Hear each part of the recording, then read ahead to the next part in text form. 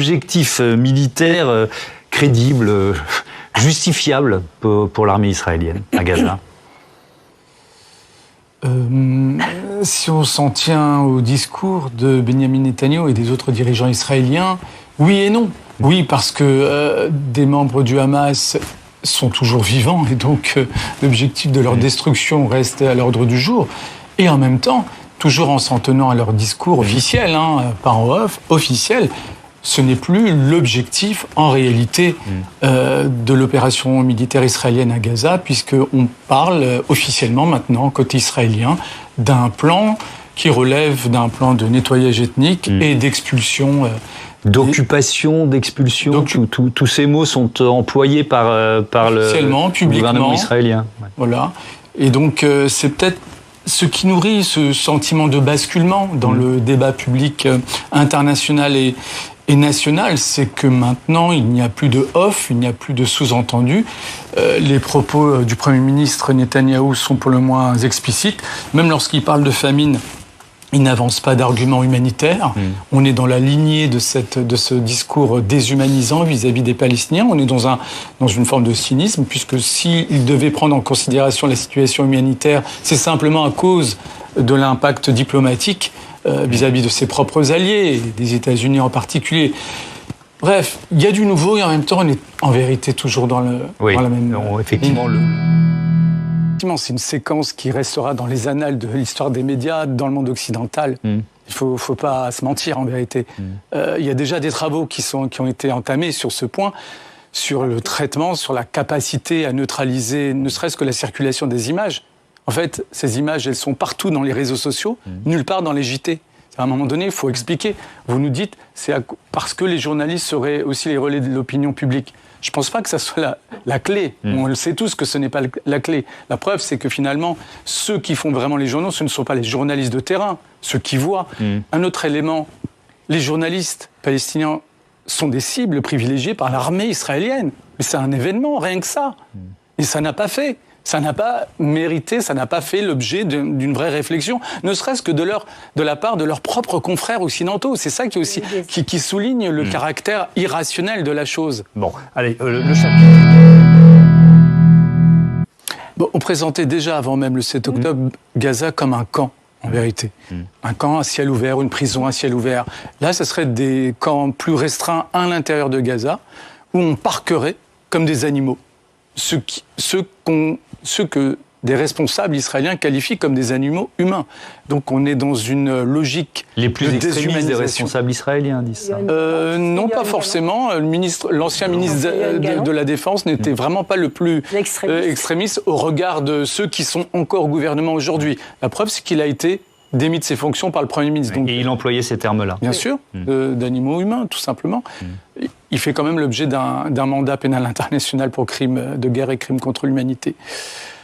Tout cela pour dire qu'on est toujours dans la même logique. En fait, dès lors qu'on s'inscrit politiquement dans une logique de déshumanisation, quelle que soit en fait l'identité de l'autre, tout est possible. Le pire, naturellement, mais tout est possible.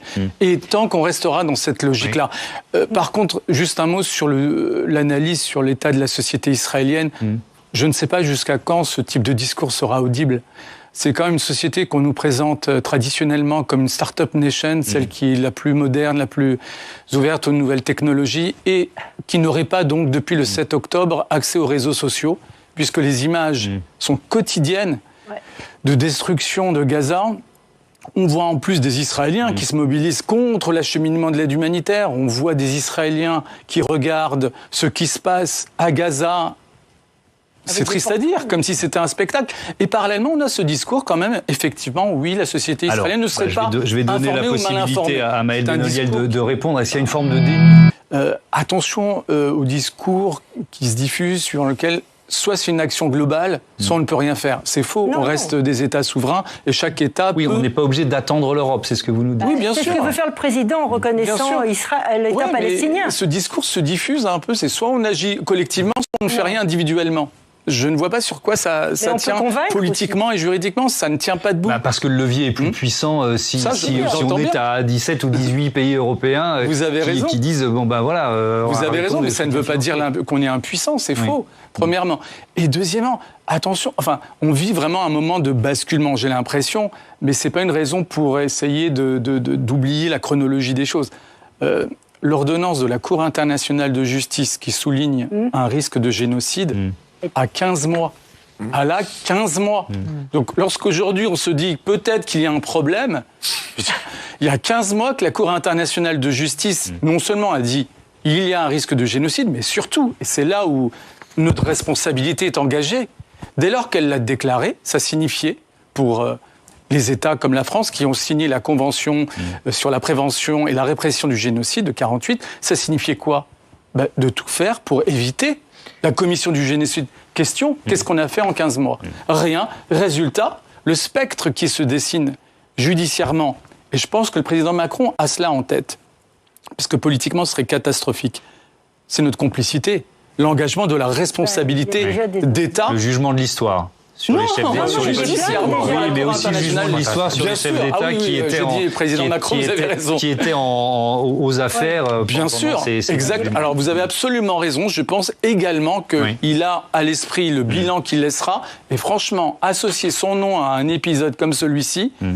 Je ne sais pas très bien comment on peut. Alors, on est quand même frappé, Antoine, de voir que.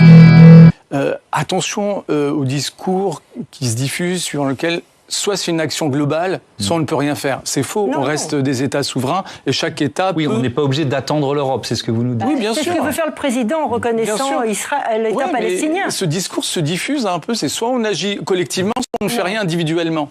Je ne vois pas sur quoi ça tient politiquement et juridiquement, ça ne tient pas debout. Parce que le levier est plus puissant si on est à 17 ou 18 pays européens qui disent bon ben voilà. Vous avez raison, mais ça ne veut pas dire qu'on est impuissant, c'est faux. Premièrement. Et deuxièmement, attention, on vit vraiment un moment de basculement, j'ai l'impression, mais c'est pas une raison pour essayer d'oublier la chronologie des choses. L'ordonnance de la Cour internationale de justice qui souligne un risque de génocide à 15 mois. À là, 15 mois. Donc, lorsqu'aujourd'hui, on se dit peut-être qu'il y a un problème, il y a 15 mois que la Cour internationale de justice, non seulement a dit il y a un risque de génocide, mais surtout, et c'est là où notre responsabilité est engagée, dès lors qu'elle l'a déclaré, ça signifiait pour les États comme la France qui ont signé la Convention sur la prévention et la répression du génocide de 1948, ça signifiait quoi ? De tout faire pour éviter la commission du génocide. Question, qu'est-ce qu'on a fait en 15 mois ? Rien. Résultat, le spectre qui se dessine judiciairement, et je pense que le président Macron a cela en tête, parce que politiquement ce serait catastrophique, c'est notre complicité, l'engagement de la responsabilité d'État. Le jugement de l'histoire. Sur les chefs d'État, oui, mais aussi le jugement de l'histoire sur les chefs d'État qui étaient aux affaires. Bien sûr, exact. Alors vous avez absolument raison. Je pense également qu'il a à l'esprit le bilan qu'il laissera. Et franchement, associer son nom à un épisode comme celui-ci. Je ne sais pas très bien comment on peut. Alors, on est quand même frappé, Antoine, de voir que.